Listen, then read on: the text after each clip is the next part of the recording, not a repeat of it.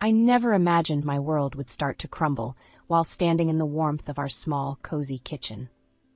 Derek, my husband of 7 years, was talking on the phone, his back turned to me, oblivious to my presence. My mother had just been diagnosed with terminal cancer, and the weight of that reality was crushing me. But Derek seemed more concerned with something else entirely. "Yeah, she's an only child," Derek said, his voice carrying a mix of curiosity and greed I'd never noticed before. "Do you think the insurance will be a big payout?" Right. Make sure to look into it." I felt a cold shiver run down my spine. Was he really discussing my mother's life insurance at a time like this? As he hung up, he turned and finally noticed me. "Oh, Lillian, didn't see you there. Was just talking to a buddy about some work stuff." "Work stuff?" I echoed, my voice hollow. The lie was blatant, and a pit formed in my stomach. "Yeah, just regular things. How's your mom?" he asked, but the question felt obligatory, devoid of genuine concern. "She's struggling," I admitted, fighting the lump in my throat. "Derek, were you really talking about her insurance?" He paused, then shrugged, an unsettling smile playing on his lips. "Well, yeah, it's practical to think about these things, right? I mean, it's sad, but we gotta be prepared." Prepared? For what? My mother's death was a ticking clock, and here he was, counting the potential inheritance. I wanted to scream, to cry, to make him see the monstrous nature of his thoughts. But I stood frozen, disbelief chaining my words. "It's not just about the money, Derek." "She's my mother," I said, barely a whisper. Of course, he replied too quickly, his eyes not meeting mine. "But life goes on, Lillian. We need to think about the future." His words felt like a betrayal, a stark revelation of the man I had married. Was this always who he was? A cold, calculating stranger? I turned away, the room suddenly feeling too small, his presence too suffocating. "I need some air," I managed to choke out before stepping outside, leaving Derek and his twisted priorities behind. The evening air did little to soothe the turmoil inside me. My mother's gentle smile, her warmth, the way she always knew how to make everything all right, flashed through my mind. And juxtaposed with that was Derek, discussing her death like a business transaction. I couldn't reconcile the two images, and as the night grew darker, so did the realization that the man I shared my life with was a stranger. A stranger who saw my mother's impending death as nothing more than an opportunity for financial gain. Tears blurred my vision, not just for my mother's fate, but for the loss of the man I thought I knew. In that moment, a resolve began to form. Derek's callousness had opened my eyes to the truth, and I knew I couldn't let this go. I had to protect my mother's legacy from the man who saw her life in dollar signs. And I would start by uncovering every lie, every deceitful plan he harbored. It was time for Derek to see that I was not the naive, compliant wife he took me for. As I walked back inside, the path forward was clear. It would be difficult, painful even, but I was determined. Derek had awakened a strength in me I never knew I had, and for my mother's sake, I would fight back. The next day I visited my mother, the hospital's sterile smell and the quiet hum of machines surrounding us. She was weak but managed to smile when she saw me. We talked about everything except her illness and the looming shadow it cast over our lives. It was a temporary escape, a moment of normalcy in the chaos. Returning home, the atmosphere shifted the moment I stepped through the door. Derek was on the phone again, his voice hushed but intense. He didn't notice my arrival, too engrossed in his conversation. No, we can't rush this. It's a delicate situation," he whispered, pacing the living room. "Yeah, once the insurance comes through, we'll be set. Just need to play it cool for now." My heart sank. There it was again, his obsession with the insurance money. Anger bubbled inside me, a stark contrast to the sadness I felt just moments ago. I cleared my throat, and Derek jumped, his guilty gaze meeting mine. "Lillian, you're back early." Ignoring his feigned surprise, I confronted him. "Who were you talking to about playing it cool, and what insurance are you waiting for?" He hesitated, then laughed it off. "Babe, you're overthinking it. Just work stuff. You know how it is." "Work stuff," I repeated, the lie tasting bitter. "Derek, why are you so interested in my mother's insurance? Shouldn't we be focusing on her, on spending time with her, instead of whatever this is?" He scoffed, his demeanor changing. "Lillian, be realistic. Your mom's not going to get better. We need to think about the future, our future." I stared at him, disbelief and disgust mingling. My mother is dying, Derek, and all you can think about is money? He rolled his eyes, frustration evident. You're being too emotional. It's not just about the money. It's about security, our security. Security? By capitalizing on my mother's death? I shot back, my voice rising. Derek approached, his expression hardening. Listen, Lillian, you might not like it, but that's how the world works. We need to look out for ourselves. If you're too blinded by your emotions to see that, then I don't know what to tell you. His words were like a slap in the face, revealing the depth of his selfishness. It was clear Derek had no empathy, no love for anything beyond his own desires. That's how you see it, huh? I said, my voice cold. Well, I see a man so consumed by greed, he can't even pretend to care about his dying mother-in-law, or his wife. Derek sneered. Maybe if you weren't so naive, you'd understand. But go ahead, keep living in your little fantasy world where everything's fine. The conversation was going nowhere, and I realized arguing with Derek was useless. He was lost, consumed by his own greed. But I wasn't going to let him drag me down with him. Turning on my heel, I left him standing there, his words echoing in the now empty room. I needed a plan, a way to protect my mother's legacy and ensure Derek wouldn't get a penny of it. As I headed to my room, the pieces of a plan began to form in my mind. Derek wanted a battle? He'd get one. But unlike him, I'd be fighting for something far more important than money. Over the next few days, I watched Derek like a hawk, noting every phone call, every sneaky glance he thought I didn't catch. His obsession with the insurance money grew more apparent, and so did his negligence towards anything that didn't serve his agenda. One evening, as we sat across from each other at dinner, the silence between us was palpable. Derek broke it, his voice dripping with faux concern. So did you talk to your mom about the insurance? I paused, fork midair, staring at him incredulously. You're really going to bring this up now? At dinner? He shrugged, unabashed. It's an important conversation, Lillian. We need to know where we stand financially. I set my fork down, my appetite gone. My mother is dying, Derek, and all you can think about is money. It's disgusting. He leaned forward, a cold glint in his eyes. It's not disgusting, Lillian. It's practical. Your mother wouldn't want you to be left struggling. I scoffed. You don't know the first thing about what my mother wants. The conversation spiraled into yet another argument, Derek's greed clashing with my disgust. It was clear we were on two different paths, his paved with gold, mine with the desire to do right by my mother. After dinner, I retreated to my room, a plan forming in my mind. It was time to take action, to ensure Derek's schemes would fall flat.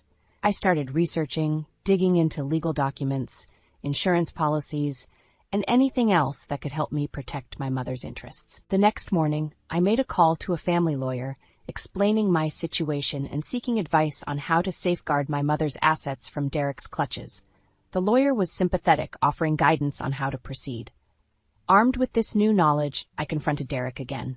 This time, I was prepared. Derek, I've spoken to a lawyer, I announced as I entered the living room where he was lounging, scrolling through his phone. He looked up, a flicker of concern crossing his face. A lawyer? Why? To ensure my mother's wishes are respected and her assets are protected from anyone who might have ulterior motives.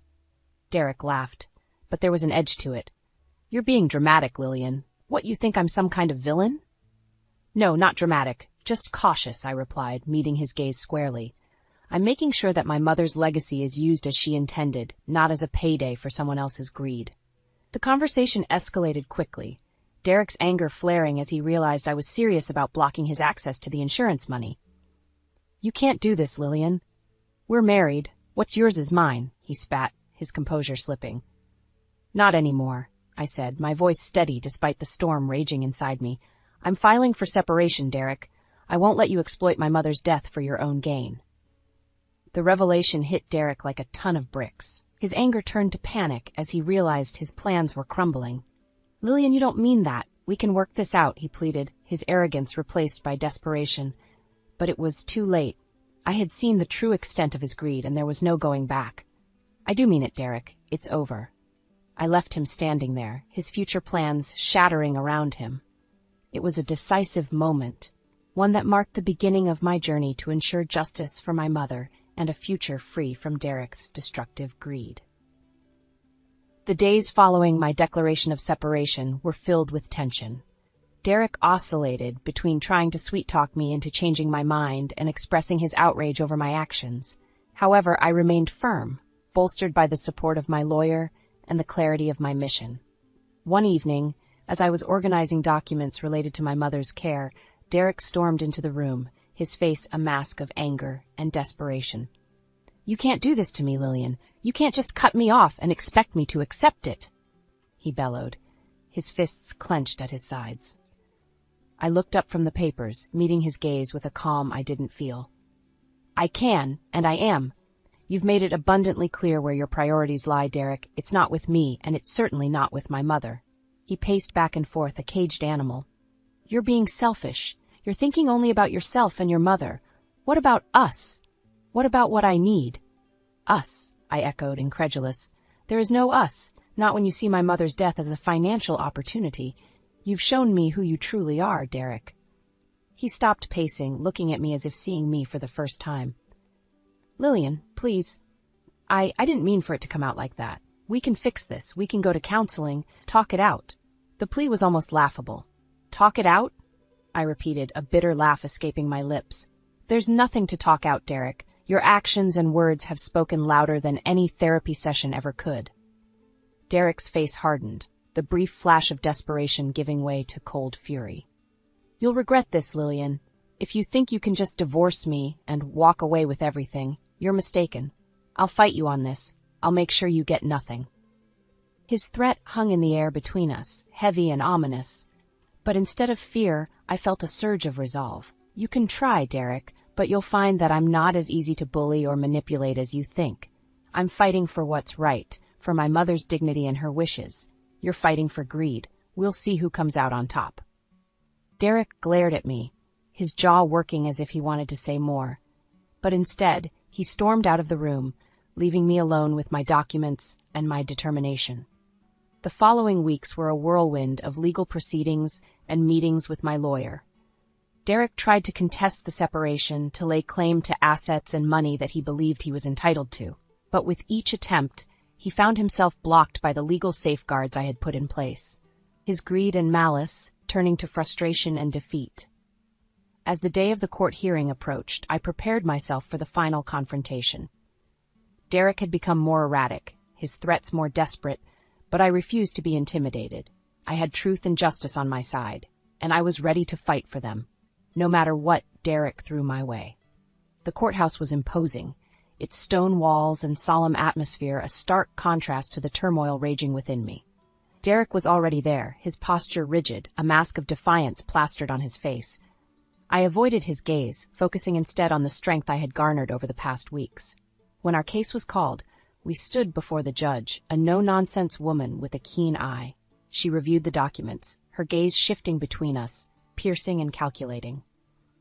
"Mr. and Mrs. Turner, this is a matter of division of assets and the finalization of your separation. Mrs. Turner, you've made allegations regarding Mr. Turner's intentions towards your mother's estate. How do you wish to proceed?" Before I could speak, Derek interjected, "Your Honor, this is all a misunderstanding. I've always had Lillian's and her mother's best interests at heart." His words were like venom, smooth and deadly. I clenched my fists, feeling my lawyer's reassuring glance.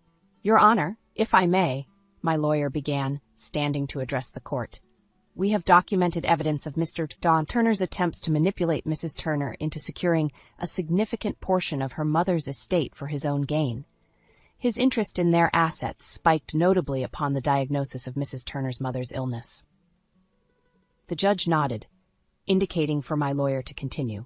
As evidence was presented, Derek's facade began to crumble, his discomfort visible to all in the courtroom.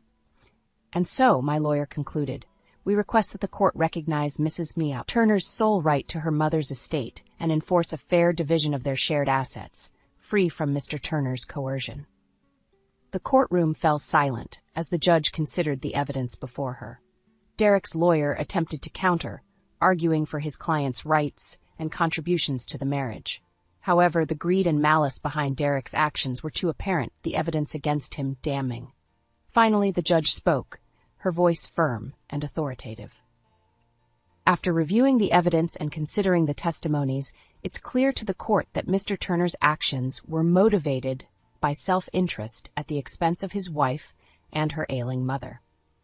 She continued, outlining her decision, which included the protection of my mother's estate from Derek's reach and a fair division of our assets that reflected our contributions to the marriage.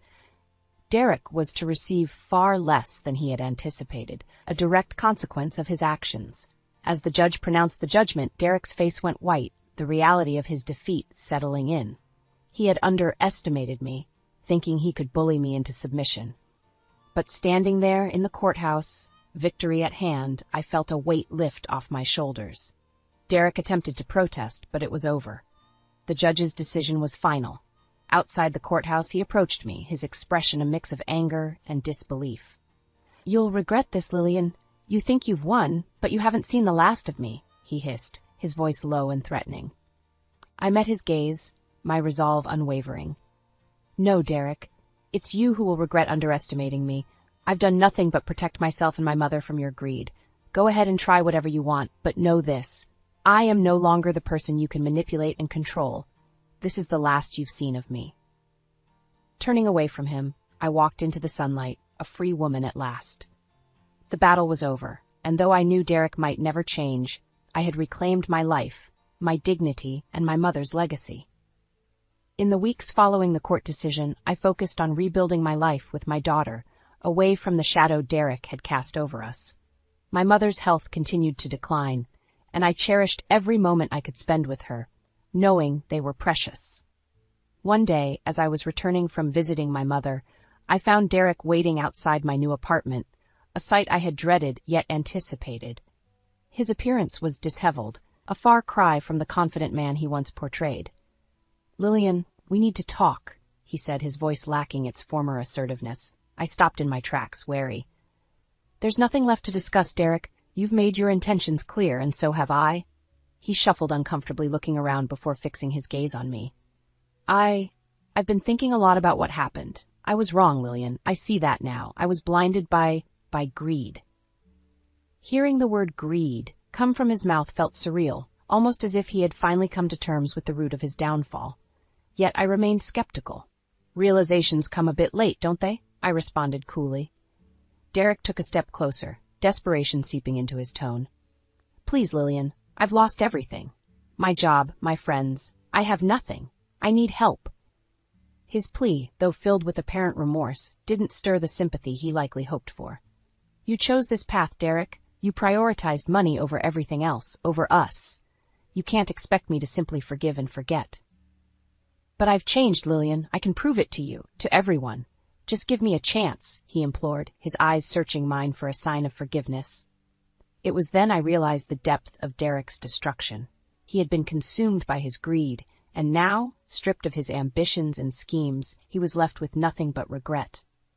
"Derek, it's too late for chances. You made your decisions, and now you must live with them," I said firmly, my heart hardening against the sight of the man who had once shared my life. He seemed to shrink before my eyes, the finality of my words hitting him. I understand. I'm sorry, Lillian. Truly I am," he murmured before turning and walking away, a broken man. As I watched him disappear, a mix of emotions washed over me. Pity for the man Derek had become, relief for the freedom I now had, and sadness for the love that had once been, but was destroyed by greed and deceit. In the days that followed, rumors reached me of Derek's continued downfall. He tried to rebuild his life, but his reputation preceded him, a constant reminder of his actions. Eventually, he left town, seeking a fresh start elsewhere, but the damage was done. Derek's demise was a testament to the consequences of his choices, a stark warning of the destruction greed can bring. I turned my attention back to my life, to my daughter and my ailing mother, focusing on healing and moving forward. Derek's chapter in our lives was closed, a painful but necessary end to a story that had taken us through the darkest of times to emerge stronger, wiser, and free.